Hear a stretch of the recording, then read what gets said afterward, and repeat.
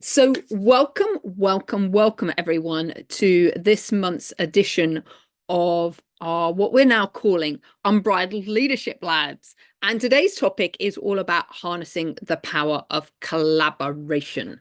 So this is a topic I'm really passionate about because I think it's a topic that we don't talk enough about in business. And yet it is the secret sauce that can make our teams work so much more effectively. So I've put a little bit of a slide deck together. So without further ado, I am going to start sharing that. Just bear with me one moment while I get everything up and running. Okay. And let me just share my screen now.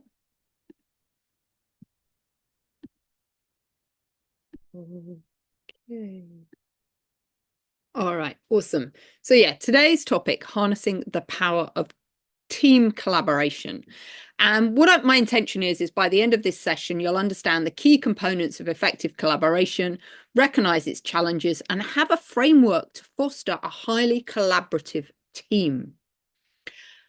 And as I said, I think collaboration is this secret sauce in business that we don't talk enough about, because I think we can probably all agree that in today's business environment, success often hinges on how well our teams work together. We often talk about teamwork is this secret superpower in business.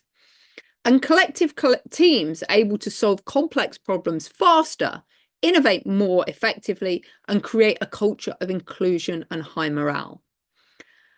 And I think as well, collaboration for me has become more and more important in recent years with the rise of remote working, because this has really further increased our need for this intentional collaboration.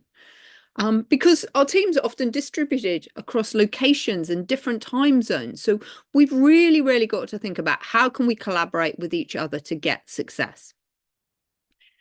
And I think collaboration is also quite badly misunderstood. So let me just first of all give you an example of collaboration. And I think perhaps the best example of collaboration when I was thinking about this was when I wrote my book, Unbridled Business. Because I came up with the concept and the models and everything that put that together.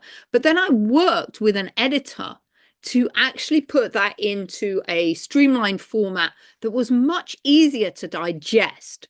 So this is really a case of how do we work with somebody together to get a result that becomes a win-win for everybody. So let's just start, therefore, with a definition of what is collaboration. Collaboration occurs when a group of individuals work together towards a common goal, leveraging each other's strengths and resources. And of course, in the case of my book, the common goal was to get my book published, and we used each other's strengths and resources. So mine was actually writing the script, but obviously my editor was great at proofing, at restructuring the book, at providing that external perspective that I couldn't see because I was so deeply in the woods about what was going on. So it's definitely a case that I believe that when we collaborate, one and one equals three. So the point of collaboration is create this win-win for everybody. And what I often see is people say they're collaborating, but actually what we're doing is creating a win-lose situation. One party wins at the expense of another. And for me, that's not true collaboration. True collaboration occurs when we're both working towards the same goal and we both come out of the situation feeling like we have won. So there are some different types of collaboration. Perhaps the most common that we think about is internal collaboration, and that's within teams or across departments. And that's what we see very typically in organizations. But something a lot of my clients are talking to me about more and more is cross-functional collaboration, working across departments to leverage diverse perspectives. So, for example, marketing working with research and development to launch a new product. And in fact, cross-functional collaboration is probably one of the biggest things my clients are talking to me about at the moment. It's how to influence and get collaboration when you don't directly line manage people, because we're working in these complex matrix environments where we're working with colleagues, sometimes in the same building, sometimes, but more often in diverse locations across the globe. But we need to work with them in order to get support to get our initiatives out to market. So when I was working at Deloitte, I pretty much had a very much a matrix management structure in terms of who I reported to. I ended up supporting the regional leaders across the world in terms of hotel data and hotel metrics. But I was always having to influence and get their buy-in to help them support me, maybe get new hotel chains into the survey, or find platforms and ways that we could distribute the results innovatively. And the win-win was if I could help them create a press release that they would then get, kudos in local media, and that became a win-win for both of us. And then, of course, the other area we've got is external collaboration, collaborating with customers, suppliers, and other external stakeholders. And the classic example with this would be a joint venture. So again, when I was working at Deloitte, I had a joint venture with a US company who did the same thing in terms of data metrics that I did, but they did that in the US and Canada, a market I didn't cover. So we created a joint venture together where we could collaborate to share resources, share thinking, sharing ideas, actually for the best results for the hospitality industry. So you know how I love nature, and I think nature has some great blueprints on how to collaborate. So this is an example from nature of where we see collaboration occurring, and that's in terms of honeybees, who operate in a highly organized system with each member of the colony knowing their role. We've talked about the importance of know your role before. And their roles range from foraging for food to protecting the hive and caring for the queen. And despite their common and different roles, they're all working towards a common goal, which is ensuring the survival and health of the colony. And again, we see that in the herd of horses. Frederick, you've got your hand up. Did you have something that you wanted to add, or? Yeah, I wanted to ask if you're sliding your screen because I can only see the power of collaboration if you're changing. Oh, I have, yeah. Okay. So this isn't working then. Okay. All right. We'll just share it a different way then. I'll have to edit this. Yeah, I am. Okay. Thank you for that. And apologies that that didn't show up. So hopefully now everyone can see the right screen going on. Awesome. Okay. So, oops.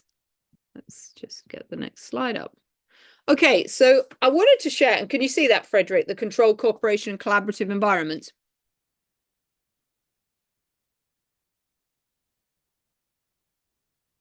Hopefully you can see that now. So I wanted to help you really understand the difference between controlled, cooperative, and collaborative environments. So a controlled environment is pretty much characterized by competition for clients, resources, partners, and public attention. So that's at one end of the spectrum. At the other end of the spectrum, we've got collaborative environments, which are longer term purpose based on shared purpose, mission, and goals. So controlling is all about competition. Collaboration is all about the longer term and betterment for where we want to go, the shared purpose. In controlled environments, typically we've got silo mentality, no sharing of resources, no systemic connection between the parties. Whereas in the collaborative environments, we've got shared decision-making and resources. And across that continuum, we see increasing levels of trust required. So collaboration requires high levels of trust. So what does that mean for leadership? Because I think this is really important. I wanted to talk a little bit about command and control versus collaborative leadership. Many of you will be aware that I'm not a big proponent of command and control leadership. I don't think it's fit for purpose for the 21st century. And I see that leadership is a lot more fluid, a lot more collaborative. So here I wanted to just share with you some ideas here. Organizational structure in a command and control is the hierarchy, just like it sounds.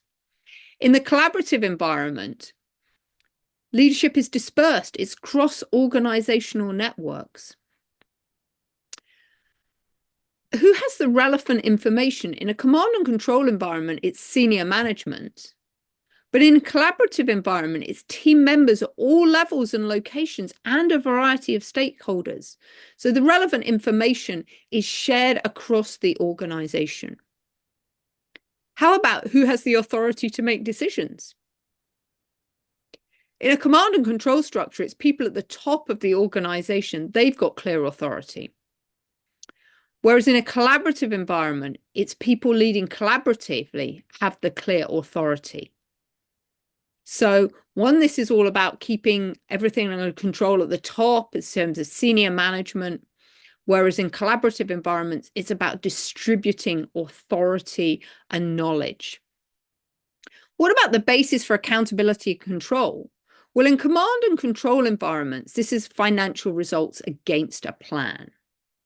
Whereas in a collaborative environment, we're not necessarily measuring against financial results, but rather against performance in achieving the shared goals.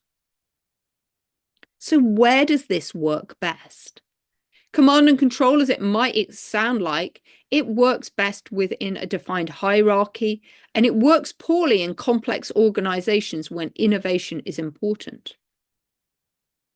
And a collaborative leadership style works well for diverse groups and cross units and cross company work, where innovation and creativity are critical.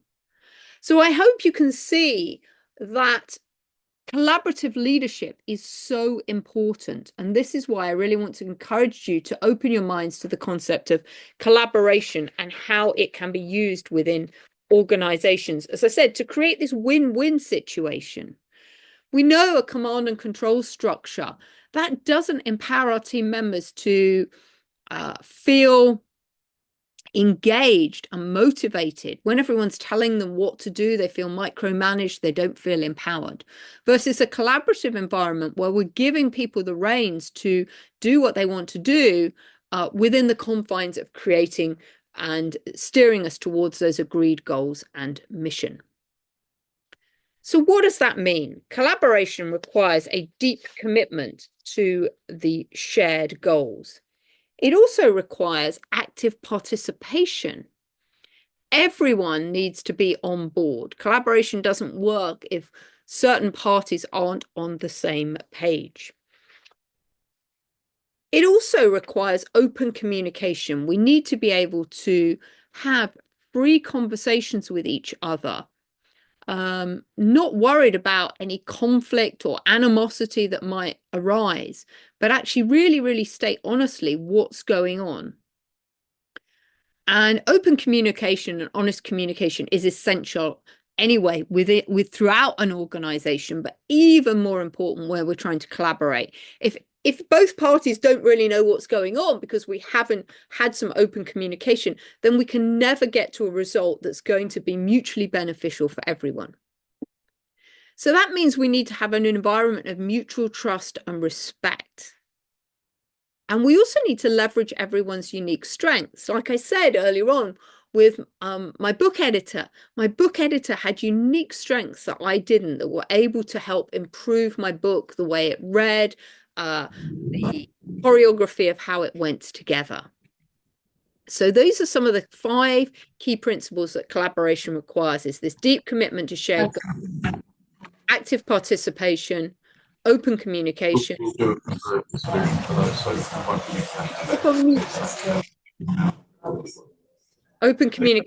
an environment of mutual trust and respect, and everyone leveraging everyone's unique strengths. So it's easier to collaborate when we know what we're bringing to the party.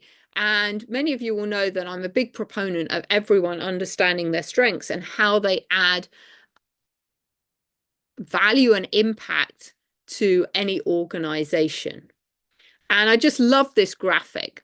This is provided, and I've stolen this from my colleagues at the GC Index. And I just love this. You know, we're making progress, keep pedaling. But of course, look at that. They are trying to pedal with square wheels. And the difference of collaboration, somebody says, well, let's try a round wheel. And do we think that will make a difference? Yes. So now we've got a situation of two people working together. We can get some impactful collaboration. Everything will work better. We're pulling in resources and ideas from others to make things different. So, as I said, collaboration is easier when you know what you bring to the party. So, what are the benefits of collaboration?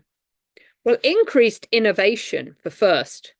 When team members with diverse skills and backgrounds collaborate, they combine their knowledge to create innovative solutions. And new ideas can emerge as individuals challenge each other's thinking, bringing out more creative problem solving. So an example of that is, of course, Google's 20% time policy, which allows team members to spend 20% of their work time on side projects, and thus led to innovations like Gmail and Google News. Second benefit of collaboration is improved efficiency. So a well-collaborating team can split tasks according to each team member's strengths, and that means we can complete tasks faster and with fewer errors. So collaboration reduces duplication of effort and improves decision-making through shared knowledge. And I know firsthand the importance of splitting tasks according to team members' strengths to improve efficiency.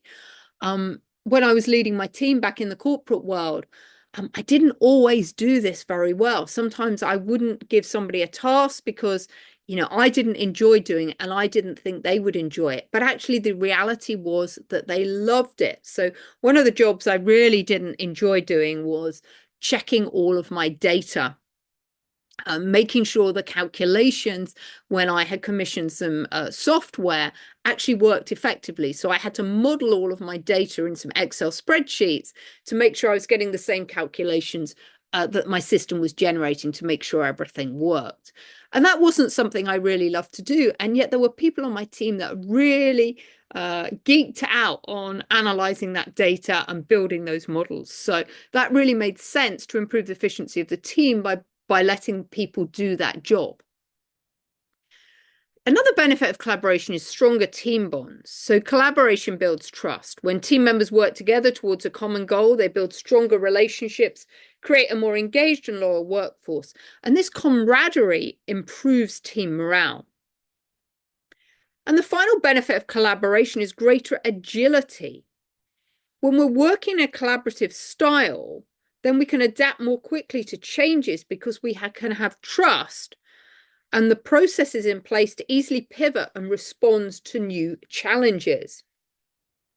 So an example of this is from nature is the geese flying in the V formation, which reduces air resistance for the group. It enables them to fly longer distances. And when the lead goose tires, another takes over, showing the importance of shared leadership and supporting one another. So like geese, teams should distribute leadership to ensure everyone supports one another to maintain momentum. But of course, there are some challenges with collaboration. Trust is the foundation of collaboration. So if we've got a lack of trust, then we're really, really going to struggle to build a collaborative team. Because without trust, team members might withhold ideas, avoid feedback, be not fully committed to the team's goals. And we said, having clear goals is, a prerequisite of the collaboration requirements is the deep commitment to the shared goals. And we've got to remember that building trust requires time, transparency, and a consistent follow through on commitments. So what does that mean? How do we create trust? Well, I think as leaders, we have to build this, what we call psychological safety, where we create an environment where mistakes are accepted as part of learning and where feedback is constructive. So I always talk about there's no such thing as failure. They're just learning opportunities. So if we're going to have collaboration, we need to create an environment where people feel happy to try things out, to explore new ideas. And we need to recognize as leaders, they might not work all of the time. And that's fine, providing we learn from them and then we do something different the next time. And that's going to build trust and create that psychological safety for people. Second challenge of collaboration is poor communication. So miscommunication or lack of communication quickly derails collaboration. Misunderstood objectives, unclear roles, or conflicting priorities lead to confusion and mistakes. So the tip here is regular structured communications like weekly check-ins and clear documentation can alleviate communication gaps. And one of the things I would say about communication is in business, we can never communicate enough. There's always plenty of opportunity to say something, say it, and say it again. And maybe the only time we know that we've said something enough is when somebody comes back to us and said, oh yeah, you've already told us that. Because I can't tell you the number of times I think I've communicated clearly to somebody what needs to happen, and they haven't heard it. They've heard something different. The third challenge of collaboration is groupthink. And groupthink can happen when everyone is too fixated on maintaining harmony and is wanting to avoid conflict. So this can lead to poor decision making. And actually, this divergent thinking and healthy debate are critical for innovation. So actually, we want to encourage challenge and conflict within the organization because that's what gives us more diverse thoughts, more diverse ideas, and that leads to improved collaboration. And finally, the challenge of collaboration is the different work styles. We all operate differently. Everyone's got a different approach to work. Some people are more detail orientated. Some are much more big picture thinkers. And those differences can create friction, especially if team members don't understand or respect each other's styles. And this is why I'm such a big proponent of using the GC index to improve communication within organizations.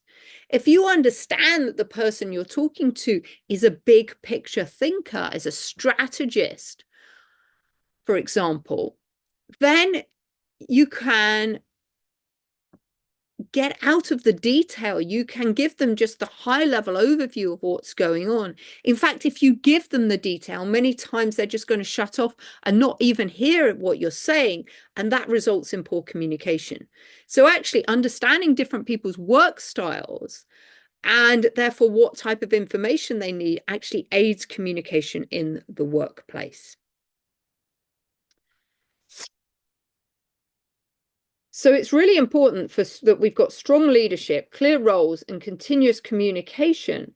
And that's essential for maintaining this team collaboration. What about the cost of poor collaboration? Well, of course, that turns up into lost productivity, duplicated effort, misaligned priorities, confusion about responsibilities. And this actually slows down progress. And according to some studies, miscommunication alone costs business millions of dollars annually. So this lost productivity, I'm sure you've all seen it in organizations. I certainly have. I've seen lost productivity where somebody thought somebody else was doing something didn't get done at all, or that duplication. I saw this a lot as well, where two different areas of the business were actually working on exactly the same project or a very, very similar project.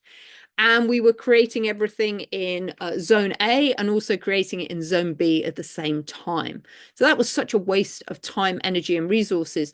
And many will know that I'm a massive proponent of how do we stop wasting so much time, energy, and resources in business, because it's just not sustainable. The cost of poor collaboration also results in missed opportunities. This is the case that innovative ideas go unnoticed and potential breakthroughs are missed. And teams that don't collaborate possibly stay in the status quo instead of experimenting with new strategies and new solutions. And it's the new strategies and solutions that are going to move the business forward and create opportunities for growth. Another cost of poor collaboration is team disengagement. Because collaboration brings this sense of belonging and purpose. We all feel like we're striving towards the same thing. We're all on the same page. But when the collaboration breaks down, team members often feel isolated and disengaged, and that leads to lower job satisfaction and higher turnover. And finally, a cost of poor collaboration is increased conflict, because poor collaboration can actually lead to misunderstandings, increased personal interconflict, increased interpersonal conflict, and that can damage relationships and lead to a toxic work environment. And again, this is something I've experienced a lot in business, where parties aren't operating together, this kind of silo mentality where you see one part of the organization hoarding resources that another department needs, and that causes conflict and anxiety, and actually, in the end of the day, can really negatively impact the customer experience. So an example from nature here is ant colonies. Ant colonies are very, very efficient. We've talked about that before. But if they've got some poor collaboration going on within the colony, this can lead to resource shortages or vulnerability. If the foragers, so the ants that go out to look for food, fail to communicate where the food sources are, the colony can face starvation. So I think the key takeaway about collaboration is poor collaboration undermines efficiency, depletes resources, and can lead to team failure. So I was really excited to come across this chart, and this is from Kathleen Allen, an author of the book Leading from the Roots, which I highly recommend. And she shares what nature can teach us about collaboration. I thought this was just very apt to bring in today. So what she's done here is she has compared how we think about collaboration in the human system and how nature thinks about collaboration as an ecosystem. So in the human system, we hire, pay, and promote individuals. There's no rewards that exist for collaboration. And collaboration is typically assigned within the human system, and it's episodic. With the humans, power has often infected our relationship. And building relationships is often viewed as a waste of time. I talk a lot with my clients right now about the importance of conscious connections, spending time building relationships with people. And in the world that we work in this remote hybrid world where we often don't see people for long periods of time apart from virtually, it's so important that we consciously spend time to go and connect with our colleagues, because building relationships at the water cooler, while we're making a cup of coffee or grabbing our lunch, the things that used to happen when we're in a work environment aren't happening now. And within the human system, collaborative projects are framed as goals to be accomplished. And I just want to contrast that with nature's ecosystem, where relationships are at the center of all life, and collaboration is rewarded. Collaboration occurs naturally and is a choice. And importantly, it lasts a lifetime. And I just think about in the forests, all the root system of all the trees and shrubs, how they all collaborate and intersect together in order to share water resources and stuff like that. Relationships are designed with mutual respect within nature's ecosystem. And relationships are chosen and they grow to build trust and commitment. And importantly, this collaboration supports a higher purpose and future generations. So with nature's always trying to be regenerative. And I think within nature as well, we see this system of give and take. Nature understands that sometimes it needs to give and sometimes it needs to take in order to survive and grow. Whereas in human organizations, very much we often see this egocentric approach where everyone's take, take, take. and there's very little of that give going on. So I wanted to share with you now a framework that I've developed to create a highly effective collaborative team. And we've got 4 pillars to this. And the first is clarity, then connection, then challenge and commitment. And I've put them in the shape of this triad because the triad is the strongest structure in nature.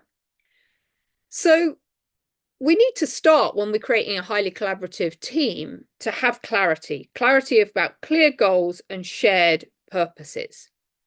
A clear understanding of what the objectives are with measurable goals that align with the company's vision and values. And it's these shared purpose that creates this sense of ownership and that commitment. And we can use goal setting frameworks like OKRs, objectives, and key results to align the team goals. So an example of clarity here in nature is the termites. They instinctively collaborate to build their mounds. And even though each individual has a simple role, their collective efforts result in sophisticated structures. So they've got clarity about what they want to do. They know what their role is, and they've got these shared objectives. So clarity, the first pillar of creating a highly collaborative team. The second pillar is connection. And it's so important within organizations that we spend time to foster relationships.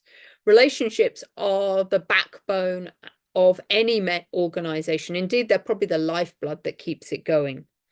So we need to encourage ways for people to connect. And that happens through both clear communication, but also through active listening, really paying attention and understanding what the other person's needs and wants are. And in order to connect effectively, we need really high levels of empathy to really get into the shoes of the people that we're speaking with to understand what's going on for them.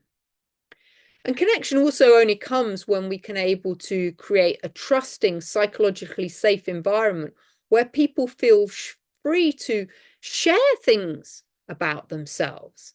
And that connection comes through shared experiences and shared activities that we've done together. All of these things help build connection. And we see in nature connection happening all the time in the symbiotic relationship between bees and flowering plants. The bees pollinate the flowers, enabling them to reproduce, while the bees collect the nectar to feed their colonies. So their connection sustains both the species and is vital for the broader ecosystem. Third pillar is challenge. And I changed this. Originally, the word here was conflict, but I think that provides too many negative connotations. And I much prefer the word challenge because actually, I think within any organization and any effective team, we need to be able to challenge each other's views and perspectives on things. And that gives us diversity of thought and ideas and perspectives. And it encourages team members to leverage their unique strengths to complement in one another. And when we're able to freely challenge and then engage in healthy conflict with one another, we're able to innovate more effectively. So in nature, we see things like coral reefs, and the coral reefs rely on a wide diversity of species that each play a role in creating the ecosystem. But I think perhaps one of the most fun examples of challenge that I see in nature is that of the salmon swimming upstream to reach its spawning grounds, where it gives birth to its young. Because can you imagine going upstream? You see the salmon jumping up, what's the word I want to use? What do you call them? Fountains, cascades of water coming off. They're actually having to jump from one side to the other. So the salmon on its journey upstream faces predators, strong currents, and waterfalls. Waterfalls, that's the word I was looking for. Yet the instinct to reproduce drives it forward. And so we see the challenge the salmon faces in terms of being resilient and persevering in the face of immense challenge. And I was fortunate to be up in Scotland recently, and we actually got to go out and see the salmon moving upstream to their spawning places. And in fact, my partner even went and tried to do some salmon fishing. Unfortunately, he didn't catch anything on his particular time he was up there, but it was such a great example to actually see this live of the challenges the salmon go through. But because they've got such clarity about where they were going, they're easily able to achieve their goal. And the last pillar of highly collaborative teams is commitment. One of the things I see in organizations is a lack of accountability and commitment. People blaming other people when things go wrong, not wanting to take responsibility for results. And it's so, so important that as leaders, we step up and take commitment, and as teams, we step up and take commitment.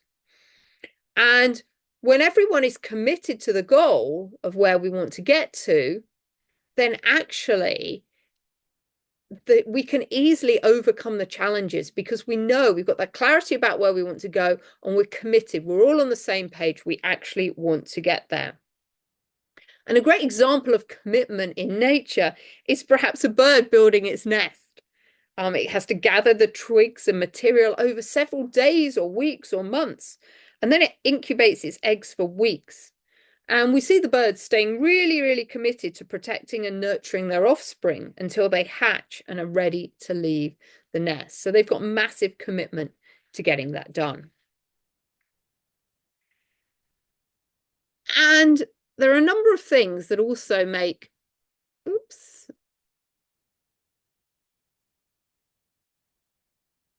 Okay, so when we've got clarity and connection, then we get communication. We've got really effective communication going on when we've got this connection. So we've got to remember when we're communicating that the brain receives about 11 million pieces of information per second. 11 million, everyone. That's a huge amount of information every second. However, the conscious brain can only process about 40 to 50 bits of information a second. So 11 million, but we can only process 40 to 50. So this is why communication so often fails, because as humans, we can't cope with all of this deluge of information. So we delete, distort, and generalize things. And this is why there's a breakdown in communication. But the more connection we've got to somebody, the easier it is to improve our communication. When we've got connection and challenge, then we can get to consensus. We're connected to the person, we're challenging each other, but we know that there's a point about where we need to get to. We can get to some consensus on what needs to happen. When we've got challenge and commitment, then we get to creativity. We can come up with ideas. We can think out the box. We're committed to getting a solution. And if somebody says, well, I don't think that will work, we can work collectively to co-create a new creative solution. And finally, when we've got clarity and commitment, then we get contribution. So when we're very clear on where we want to go and we're committed to it, we can figure out ways to contribute effectively to its success. And then when we've got connection and commitment, we get the collaboration working. And when we've got clarity and challenge, we end up with cohesion. So I just wanted to share that as a little model for you about some of the pillars and ways that we can build highly collaborative teams. And in bringing this to a close today, I just wanted to share this little graphic that I found from Market2nist, which I think really summarizes so well why we don't have collaboration. You see this example of silo farming. We've got the creative department, the sales department, the operations department, the marketing department, the R&D department. And the two farmers going through the middle going, nope, free range won't work. They're happier in separate pens where they can blame each other when things go wrong. And this is what we see so often in organizations, people staying within their own departments. So they feel this false sense of security in their own departments where they can blame other people, not have that commitment for taking responsibility for what happens. And this is often why we don't see collaboration occurring within the workplace. But the International Data Corporation predicted that when businesses foster collaborative work environments, they expect to see 30% lower staff turnover, 30% higher productivity, and a 30% higher revenue per employee. So really, really significant, the results of creating this cohesive, collaborative team. So I want to leave you with some final thoughts. How can you guide your organization towards solutions for creating an ecosystem that supports collaborations and partnerships? And some questions for you to consider are, do we think collaborations is a hindrance to finishing projects on time? Can we frame our job descriptions to include collaborative rewards and responsibilities? Or are there specific human systems that hinder collaborative work within our organizations and externally with other systems? And most importantly, how can we build regenerative systems that are conducive to the life of future generations? So there's some quite deep, profound questions there for you to reflect on within your own business in terms of what you might do to create a collaborative ecosystem within your organization. Because remember, command and control is not the future. It's about collaboration. You make better decisions through collaboration. And that's a quote from Jim Chambers. So if you're curious to understand how your team collaborates, I'd invite you to take the Impactful Teamwork Scorecard, which you can find at www.impactfulteamwork.scoreapp.com. And we'll put that in the chat for you. And that quiz takes you through those 4 pillars of success, and you can see how you scored on each one. And finally, please do connect with me on LinkedIn at Julia Felton. Subscribe to my podcast, Impactful Teamwork. Impactful Teamwork is a podcast. It comes out every single Tuesday. And on my website, businesshorsepower.com, you will find a catalogue of all of the old podcasts there for you. And we're always discussing interesting topics related to teamwork and how you need to show up as a leader to create a highly effective team. And if anything that I've spoken out about today resonates with you and you're curious and like to know more, I'd really invite you to have a no obligation chat with me. And you can book into my diary at calendly.com/Julia Felton/discovery.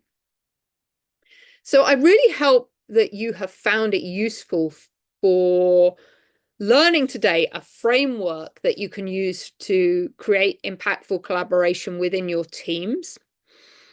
And I really hope that you go out and really begin to appreciate the value of collaboration and what that can do for you.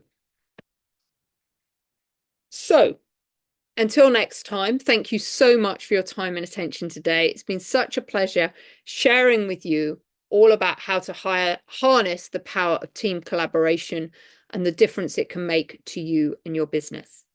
All right, I look forward to seeing you on another edition. Thank you so much for your time today.